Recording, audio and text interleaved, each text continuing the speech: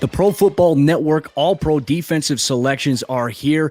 Xavier Howard's been one of the best cornerbacks in the National Football League. He put up big numbers. Ian, I tell you what, man, I was very impressed watching Xavier. He was the guy that would lock up the opposing team's number one wide receiver. He'd follow him around everywhere. And the fact that he was able to amass double-digit interceptions stands volumes to me in terms of I actually created an argument that he should have been a Defensive Player of the Year nominee. Now, we know it's like he can go somewhere else, but man, what do you think about Xavier Howard's historic season down there in Miami as they look to rebuild?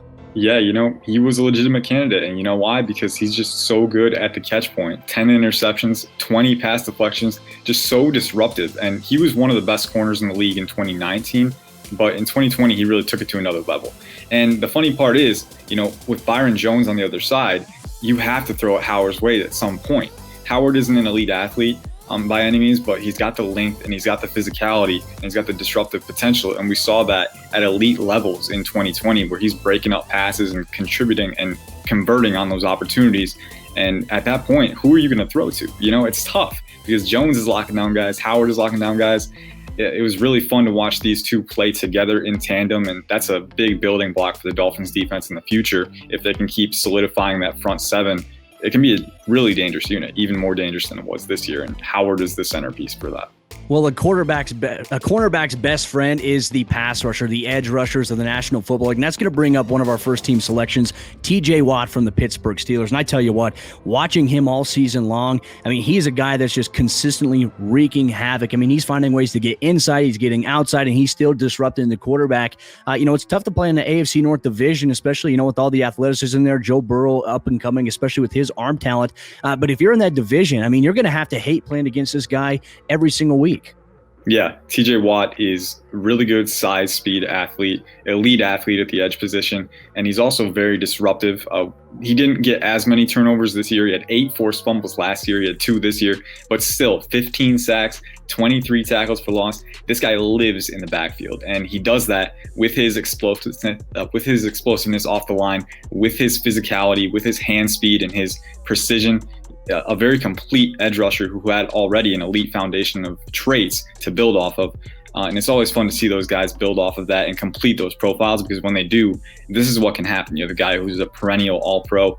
JJ Watt did it for a few years, and now we're seeing TJ do the same thing.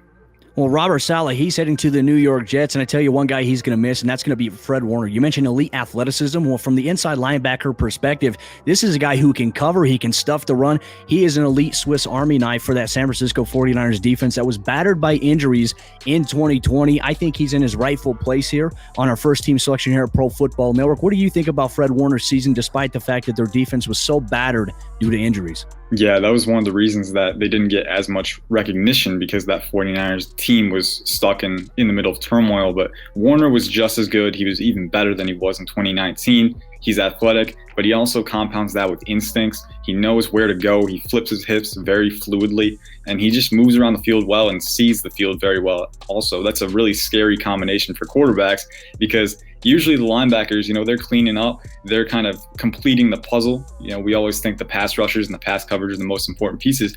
But when you have a playmaker like Warner who can kind of build off of that and take it to an even greater level, it's really a dangerous thing. He has the size, the athleticism to be a really, as you said, a chess piece, a Swiss Army knife, whatever you want to call it.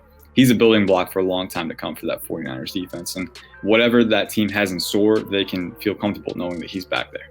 When you talk about elite athletes, so let's talk about one of the most dominant presence in the National Football League. That is Aaron Donald. Now, unfortunately, in the playoffs, his rib injury was a little too much to overcome, but this is a guy that gave it his all. He battled through it, and that's Aaron Donald, who right now is the favorite to win the NFL Defensive Player of the Year award, and really just his ability to play inside, his ability to play outside, his spin move, we've seen it. That's one of his most effective things, is his push-pull, where he strikes and extends, pulls the lineman towards him, and then makes a move with a rip or a swim move. Aaron Donald is a fun athlete to watch. Now, obviously, he loses his defensive coordinator to the Los Angeles Chargers, so he stays in the LA area. But Aaron Donald, I feel like every single year we're talking about him in the Defensive Player of the Year conversation, and here he is as a first-team All-Pro.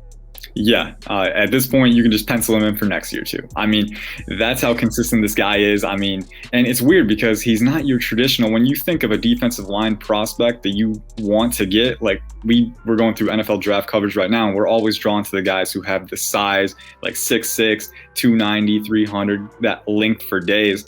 Donald is short and stout, you know, but he gets leverage from that, and he also compounds it with he's super twitched up, super athletic off the line, hand speed, ferocious. It's a really brutal combination for offensive linemen, as they've seen for years at this point.